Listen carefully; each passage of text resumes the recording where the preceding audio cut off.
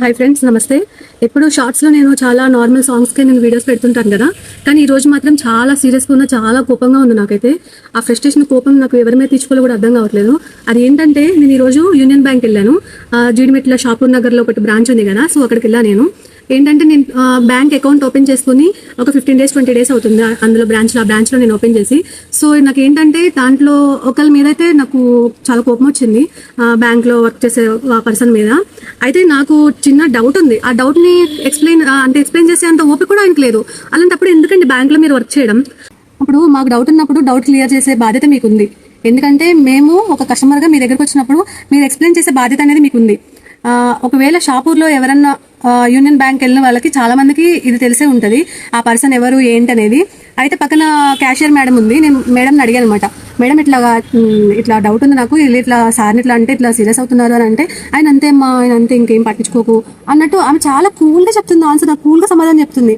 And అలాగే app download చేసుకోవడానికి కూడా పక్కన సార్ ఉంటే చాలా హెల్ప్ చేశారు. ఆయన కూడా అందులో ఒక ఆయనే ఉన్నారు. ఆయన ఒకవేళ మీరు యూనియన్ బ్యాంక్ వెళ్ళుంటే మీకు ఆయన ఎవరు ఏంటనేది కూడా చాలా మందికి తెలిసే ఉంటుంది, ఆ పర్సన్ ఎవరు అనేది. సరే, నా ప్రాబ్లం ఏంటనేది నేను చెప్తాను.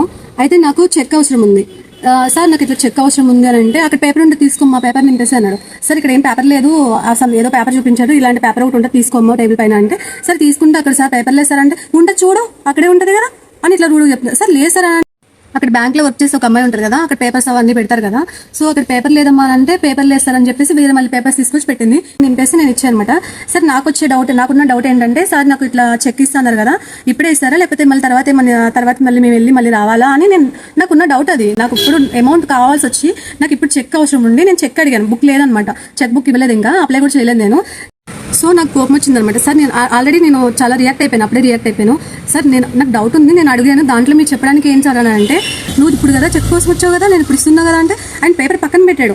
అంటే ఇప్పుడు వస్తుందమ్మా కూర్చోమ్మా అని ఏదో సమాధానం చెప్పాలి కదా, ఇంకా రాసేసుకుంటున్నాడు, ఆయన పని ఆయన చేసేస్తున్నాడు. సార్ నాకు డౌట్ ఉంది సార్, దానికి సమాధానం చెప్పండి సార్ అంటే ఇట్లా రూడ్గా బిహేవ్ చేస్తున్నాడు.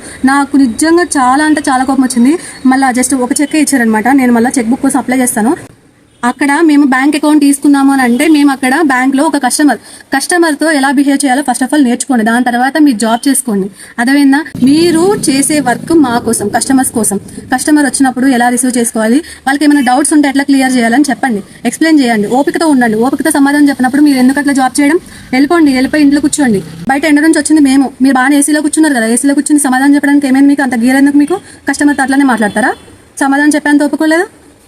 సో ఏ బ్యాంక్ నుంచి అయినా సరే మీకు కూడా నాలాగే ఏమైనా జరిగితే ఏం భయపడాల్సిన అవసరం లేదు. కంప్లైంట్ ఇవ్వండి, కంప్లైంట్ రేస్ చేయండి. డైరెక్ట్గా మేనేజర్ ఉంటారు, మేనేజర్ రూమ్కి వెళ్ళి కంప్లైంట్ ఇచ్చేయండి. నెక్స్ట్ టైం నాకు మాత్రం ఇలా జరిగిందనంటే నిజంగా నేను కంప్లైంట్ ఇస్తాను. ఇది ఫస్ట్ టైం కాబట్టి నేను జస్ట్ వీడియో రికార్డ్ చేసి పెడుతున్నా మీకు. నేను మళ్ళీ వెళ్తాను కదా బ్యాంక్ బుక్ కోసం, ఆయన బిహేవియర్ ఎలా ఉందనేది నేను మళ్ళీ మీకు వీడియో పెడతాను.